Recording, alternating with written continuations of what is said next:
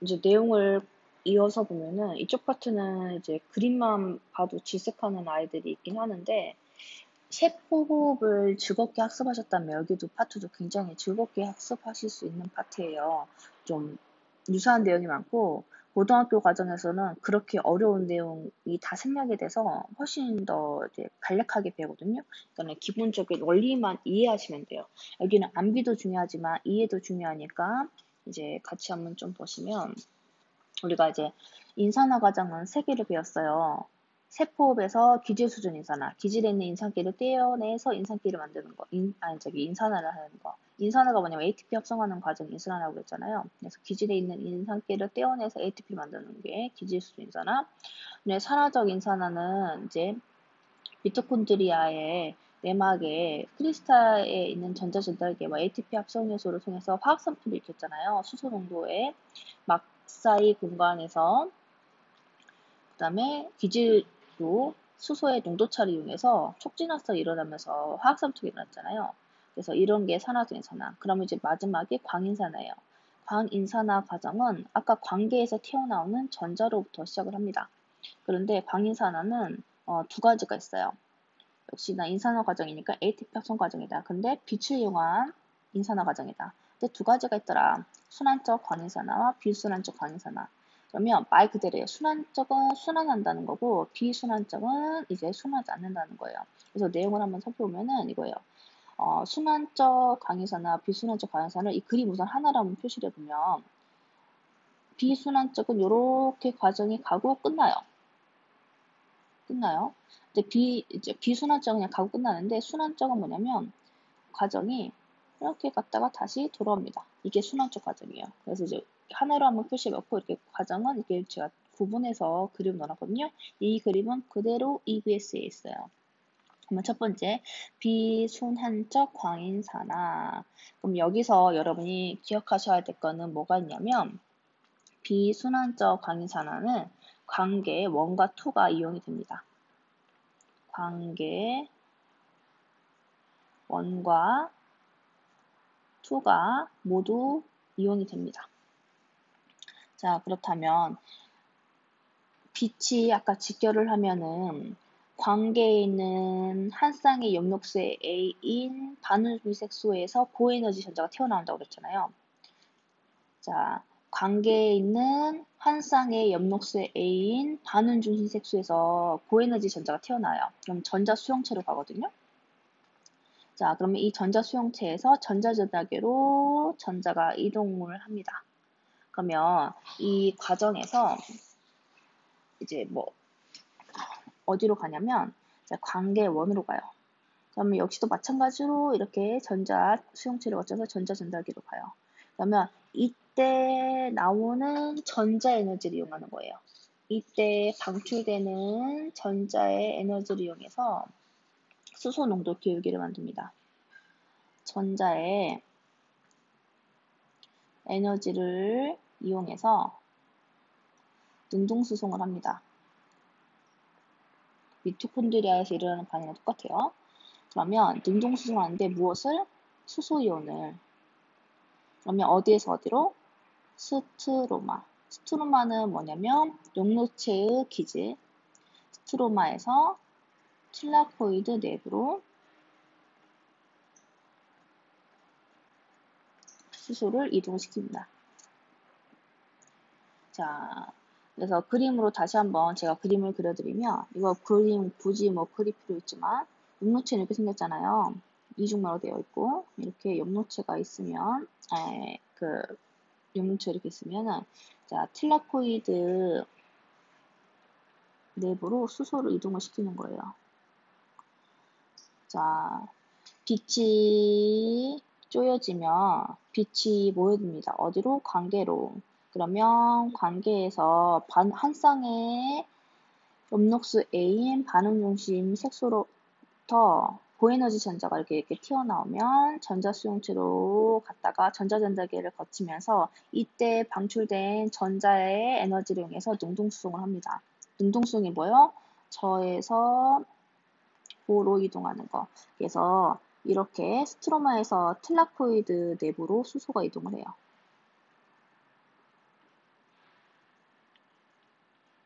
이렇게 수소가 이동을 합니다. 그래서 농도 비율계를 형성하는 거예요. 그러면 수소의 농도가 어디가 많게? 스트로마보다 틸라코이드 내부가 많게. 이렇게.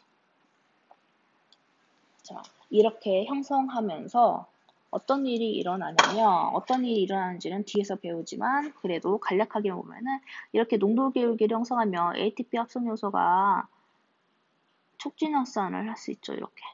그러면 스트로마 쪽으로 이렇게 하면서 ATP를 생성할 수 있는 거예요. 이렇게. 자, 그러면 이 과정에서 알아야 될 건 뭐가 있냐면, 자, 전자 전달계를 통과하면서 이 전자의 에너지 이용해서 수소의 농도 비율계를 형성하더라. 이거는 ATP를 형성하는 데 쓰인다. 그리고 그러면 이 전자를 최종적으로 누가 받냐? 그러면 이제 NADPH가 가는 거죠. NADPH. 그래서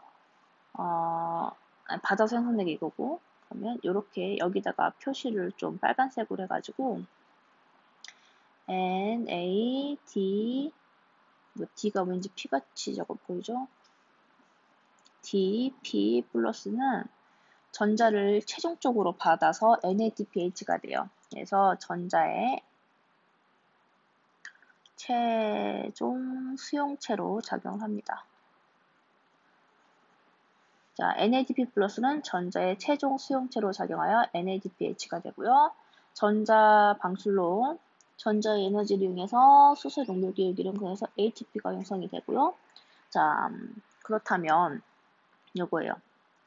P680은 전자를 잃었잖아요. 그러면 이게 이제 산화가 됐죠. 전자를 잃었으니까. 그러면 이거를 다시 환원시켜주는 애가 무엇이냐면요. 물이에요. 물이 광분해되면서 전자와 수소와 산소가 발생한다고 했잖아요. 그러면 이때 전자를 물이 제공해주면서 P680은 다시 환원이 됩니다. 그래서 이 과정이 일어나요. 그래서 비순환적 과정에는 관계 1과 2가 이용이 되고 만들어진 산물로 ATP, NADPH, 그 다음에 산소가 만들어집니다. 이렇게. 그래서 요거 좀 정리해서 적어 놓으시고, 그 다음에 순환적 광인산은 뭐냐면요. 관계 1이 이용이 되는데, 이거 왠지 기억 못할 것 같네. 관계 1과 관계 2가 있는데, 관계 1은 P700, 700나노미터의 파장을 가장자로 흡수하는 거였고, 관계 2는 P680이었어요. 자, 순환적 광인산화는 이거 그림에서 P700으로 적어줄 수 있지만 안 적어줄 수 있어서 그냥 다 꼭 적어놓는 게 좋아요. 이거 그림 오래였네. 그림 이쪽을 조금 더 가야 되는데. 자, 어쨌든간. 자, 순환적 광인산화는 말 그대로 순환을 하는 건데, 얘도 빛이 직결하면 전자가 이제 한 쌍의 엽록소에 의해서 반응 중인 색소에서 고에너지 전자가 튀어나오겠죠. 그럼 전자 수용체로 갔다가 다시 P700으로 돌아오는 거예요. 이렇게. 그래서 이 방출된 전자 에너지를 이용해서 역시나 수소의 농도 기울기를 형성합니다. 그래서 이때는 ATP만 형성이 돼요. 그래서 중요한 내용 다시 한번 보면은, 자, 순환적 광인산화에 작용하는 것은 관계 원만 작용을 하더라. 그리고 만들어진 것은 ATP만 만들어지더라. 이것만 기억하시면 되겠습니다. 그래서 비교를 다시 한번 해보면, 이거 표에 있는 내용을 그냥 저는 따로 적기만 할 테니까 여러분은 그 표를 그냥 발표만 쳐주세요. 이거 그냥 그대로 적기만 할 거거든요. 자, 광인산화는 두 가지가 있다. 비순환적 광인산화와 순환적 광인산화가 있다. 작용하는 관계는 둘이 차이가 있는데 비순환적 광인산화는 관계 1과 2가 다 작용하더라. 관계 1은 P700, 관계 2는 P680이었어요. 순환적 광산화는 관계의 원만. 그리고 이제 만들어진 산물은 비순환적 광산화는 ATP, NADPH, 그다음에 물의 광분해를 통해서 산소까지 발생을 하더라. 순환적 광산화는 ATP만 발생을 하더라. 이렇게 좀 기억을 해두시면 되겠습니다. 여기서 끝나는 게 아니라 그렇게 해서 수소 농도 기울기를 형성하면은 요거예요. 이거 별표. 화학 삼투에 의해서. 이 화학 삼투라는 단어가 여러분이 익숙하지 않아서 화학 삼투에 의해서 ATP 합성. 미토콘드리아에서 있던 산화제 인산화 과정도 이제 ATP가 형성되는 과정은 화학 삼투거든요. 전자전달계 화학 삼투라고 명칭이 되어 있어요. 그러면 이제 농도 기울기를 통해서 촉진활성이 일어나면서 ATP 합성하는 것을 화학 삼투라고 하는데 이것도 마찬가지예요. 여기다 따로 또 한번 그림을 그려보면 이제 염록체가 이렇게 있으면 틸라코이드가 이렇게 있잖아요. 이렇게 쌓이는 것을 그라나라고 그러고 그러면 수소의 농도 기울기 차를 예를 들어 수소가 여기는 뭐 요만큼 있다. 요만큼 있다. 그러면 얘는 요만큼 있는 거죠. 더 많아요. 그러면 많은 데서 적은 데로 이동을 하는 거니까. 자, 그러면 ATP 합성 요소의 ATP 합성 작용이 일어나는 방향이 스트로마 쪽으로 되어 있는 거예요. 스트로마 쪽으로. 이렇게. 그러면 이렇게 ATP가 합성되는 거죠. 그럼 여기서 여러분이 아셔야 될 거 뭐냐면 스트로마에 ADP와 무기인산도 여기 있고요. ATP도 여기 있고요. NADP 플러스도 여기 있고요. NADPH도 여기 있고요. 그 다음에 이렇게 하면 적으면 되나? ATP를 안 적었구나. ATP도 다 스트로마에 있어요.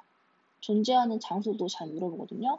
그 다음에 요거랑 더불어서 막 이런 게 합성됐다라고 나오면은 그림이 이쁘진 않지만 그래도 그러면 이렇게 여기가 이렇게 인지질이라고 하면은 그림이 병맛 같죠? 이렇게 뭐 이렇게 효소 뭐 전자전자 이렇게 막 그림 그려져 있고 그러면 이제 여기에 뭐 나 이런 식으로 해서 스트로마냐 틸라코이드 내부냐 이런 그림도 나오거든요. 그랬을 때 이런 것들이 ATP나 NADPH 이런 게 존재한다면 스트로마라고 생각을 하시면 되고요. 우리 그 세포발 때는 물과 ATP가 형성되는 게 기질적이었잖아요. 그래서 그런 식으로 그 다음에 또 뭐로 요즘에 이제 나왔냐면 리보솜 그 다음에 글씨가 DNA, RNA 이런 걸로 나왔거든요. 그래서 스트로마에 존재하는 거 요거 좀 적어놓고 기억을 해주시면 좋겠습니다. 스트로마에 존재하는 것들, 스트로마에 있는 거 이렇게 적고 이제 이렇게 구분하는 거 좀 기억을 해두시고요. 자 그렇다면 간략한 내용을 했거든요. 자 화학상투에 의한 ATP 합성 요소 이제 반복이에요. 이제 관계부터 쭉 연결해서 보는 거예요. 자 빛이 쪼여져요. 빛이 모이면 한 쌍의 염록소인 반응중심 색소로부터 고에너지 전자가 튀어나옵니다. 그러면 고에너지 전자가 전자 수용체를 거쳐서 이렇게 전달계를 통과해서 관계원으로 갔다가 NADP 플러스가 최종 전자 수용체라고 했잖아요. 그래서 만나서 이렇게 환원이 됩니다. 요 과정까지가 이제 전자 전달계를 통한 이제 인산화 반응에서 수소의 농도 비율을 형성해 주는 건데, 그러면 이 전자 에너지를 이용해서 수소가 능동 수송이 될 수 있는 거예요. 전자 에너지를 이용해서 능동 수송이 됩니다. 전자 에너지를 이용해서 능동 수송. 그래서 바깥은 스트로마거든요. 여기 적어져 있어요. 스트로마. 수소의 농도가 낮다. 그러면 pH는 어떻게 돼요? 농도가 낮으니까 높다. 그래서 이렇게 저에서 고로 수소를 이쪽 틸라코이드 내부로 이제 이동시켜줍니다. 그러면 스트로마에서 수소가 이동되었으니까 틸라코이드 내부는 수소의 양이 많아요. 수소의 양이 많으니까 pH는 낮죠. 그러면 농도 차가 형성이 되죠. 그래서 ATP 합성 요소를 이용해 가지고 촉진 확산을 시킵니다. 촉진 확산. 그래서 수소가 이렇게 이동을 하면서 어디 쪽으로 이동하냐면 스트로마 쪽으로. 그러면 이렇게 이때 ATP가 형성되는 거예요. 이렇게. 그래서 화학상태에 의한 ATP 합성이 일어나게 됩니다. 그러면 여러분이 여기에서 또 기억하셔야 될 건 뭐냐면 농도 차이와 pH 차이, 그 다음에 능동수송 되는 거, 속진합산, 그 다음에 ATP 합성 장소, 요거는 전부 다 기억을 하셔야 돼요. 자, 수소의 농도는 어디가 많은가? 지금 빛이 모이면서 고에너지 전자가 반응주의 색소로부터 튀어나와서 그 전자 에너지에서 분해수송된다고 그랬잖아요. 그래서 스트로마에서 틸라코이드 내부로 능동수송이 일어나기 때문에 자, 수소의 농도는 틸라코이드 내부가 높습니다. 그래서 pH를 보면은 수소가 많을수록 pH는 낮잖아요. 그래서 pH 높은 거 어떤 게 높냐? 스트로마가 더 높아요. 그러면 촉진합산의 반향은 어떻게 되느냐? 자, 촉진합산의 반향은 이거 저기 화살표가 잘못된 것 같은데 여러분이 수정을 다시 한번 해주시기 바랍니다. 이거 잘못 적었어요. 제가 잘못 적었어요. 이거 잘못 적었어. 이렇게. 자, 수소의 촉진 활성은요, 틸라코이드 내부에서 스트로마 쪽으로 일어나게 됩니다. 그래서 ATP는 어디서 발견이 되느냐? 스트로마에서 발견이 됩니다. 요거 좀 중요하니까 요거 5개는 지문에 보기 지문에 엄청 잘 나오는 거예요. 그래서 요거 좀 기억을 해두시고 그 다음에 같이 옆에다가 적어 놓으셔야 될 게 뭐가 있냐면 이쪽 파트도 계속 분자수가 나오거든요.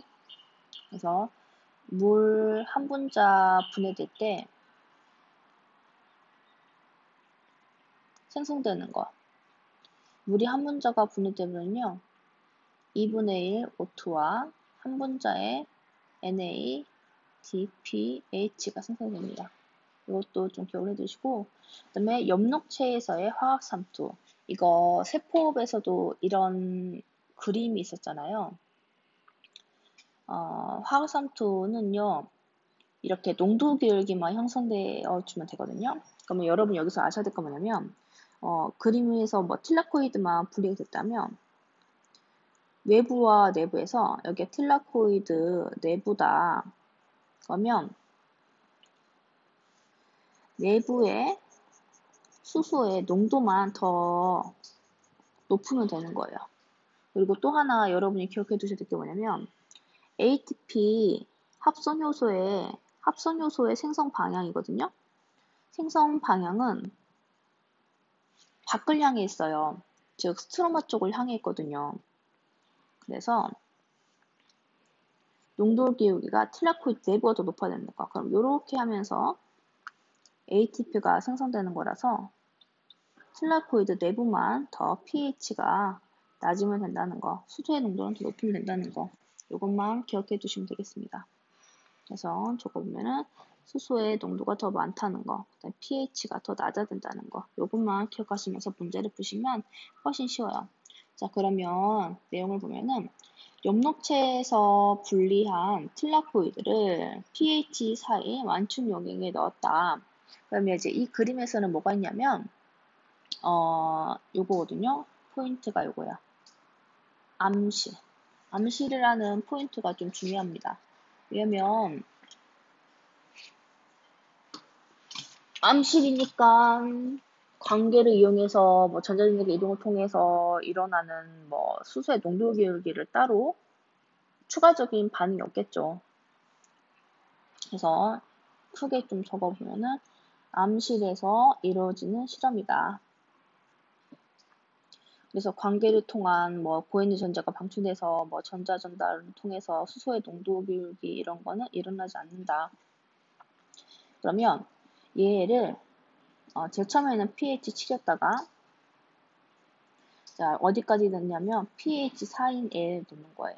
pH 4에 그리고 틸라코이드 내부와 바깥의 용액의 농도가 같아질 때까지 놓은 다음에 어디로 이동시켰냐면요. pH 8로 이동시켰어요. 자, pH 4인 틸라코이드를 pH 8인 완충육에 넣었다. 그리고 재료인 ADP와 무기인산을 첨가를 하였다. 그러면 수소의 농도로 보면은 pH 4가 훨씬 많은 거죠. 그래서 요렇게 ATP 합성 반응이 되니까는 ATP가 생성이 되더라. ATP 합성되더라. 그러면 이 실험의 의의는 뭐냐면요. 그러니까는 화학 삼투에서 ATP가 생성된다는 거예요. 화학 삼투에서. 적어줘야겠지? 화학 삼투에 의해서 ATP가 생성되더라. 이거를 조금 더 풀어보면은 농도 기울기죠. 수소의 농도 기울기를 이제 형성만 시키면 ATP가 형성되더라.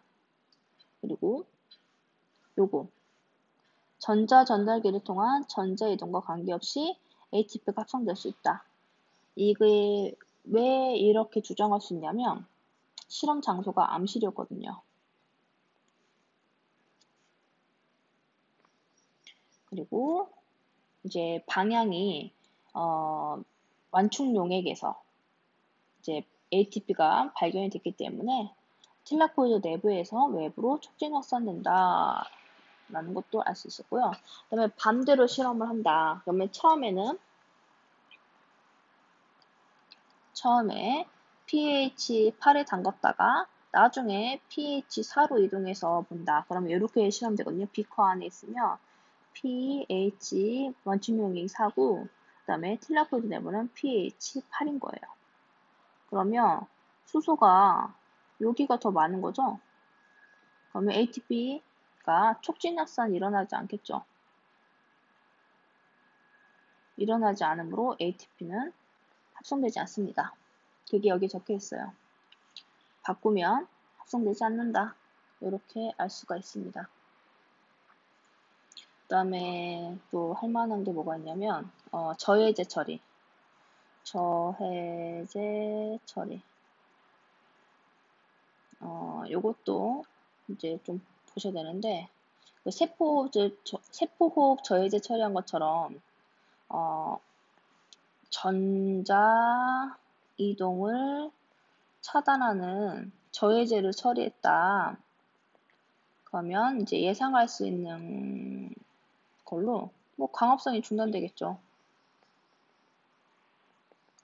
왜냐면 전자 전달이 있으면서 이때 방출된 전자의 에너지를 통해서 수소의 농도계로 형성돼서 ATP를 합성했잖아요. 그 다음에 NADPH와 그러면 ATP도 없고 NADPH도 없다면 안 반응해서 포도당을 합성할 수가 없겠죠. 그 다음에 이제 요거 시험에 자주 나왔던 건 요거예요. 요거. 그러면 스트로마의 pH는 어떻게 되느냐? 그 다음에 수소의 양은 어떻게 되느냐? 이거죠. 수소의 양은 스트로마에서 틸라코이드 내부로 이동했었잖아요. 스트로마에서 틸라코이드 내부로 능동 수송이 됐었던 거잖아요. 근데 전자 이동을 차단을 시켰대요. 그러면 이게 안 일어나겠죠. 그러면 수소는 양이 많아지겠죠. 그러면 pH는 어떻게 겠어요? 낮아지겠죠. 이렇게 됩니다. 그래서 요게 시험에 잘 나왔어요. 그래서 이것도 좀 기억을 해두시길 바랍니다. 다 했네. 뭔가 더 해줄 게 있었던 것 같은데. 정리를 한번 더 해줄까? 정리를 한번 해줄게요. 요거는 정리를 할 필요가 있을 것 같아요. 전자의 흐름. 전자의 흐름은 1번, 2번, 3번, 뭐 4번 이런 식으로 쭉 보면 되긴 하는데 우선 이거요. 처음에 이제 빛을 받는 것부터 시작을 하는 거예요. 그럼 관계 2에서 빛을 받죠? 그러면 전자전달기를 통해서 관계 1으로 가요. 그러면 전자가 이동을 한 거잖아요. 그래서 최종적으로 누가 받냐면 NADP 플러스가 받아요. 그러면 이제 다시 이제 이 과정을 살펴봤을 때 전자는 얘가 받잖아요. 그래서 전자의 최종 수용체라고 그랬죠. 전자의 최종 수용체. 그러면 관계 2는 전자를 내보냈으니까 지금 산화된 상태잖아요. 그래서 전자를 다시 받아야 되는데 누구한테 받냐면 물로부터 받습니다. 그래서 전자 흐르면 물, 관계 2, 관계 1, NADP 플러스 이렇게 되는 거예요. 전자의 흐름은 이렇게 왔고, 그럼 이게 이런 전자 에너지를 통해서 전자의 에너지를 통해 글씨가 별로야. 전자의 에너지를 통해 수소의 농도 비율기를 만들죠. 능동소성 기억해 주시고, 그래서 이렇게 좀 보시면 되겠습니다. 그래서 이때 만들어진 게 만들어지는 산물이 ATP, NADPH, 그 다음에 물의 광분해를 통해서 산소가 만들어지더라. 이렇게 한번 내용을 보실 수 있겠습니다. 그 다음에 또 뭘 해줘야 되지? 뭔가 자꾸 해줘야 될 것 같은데,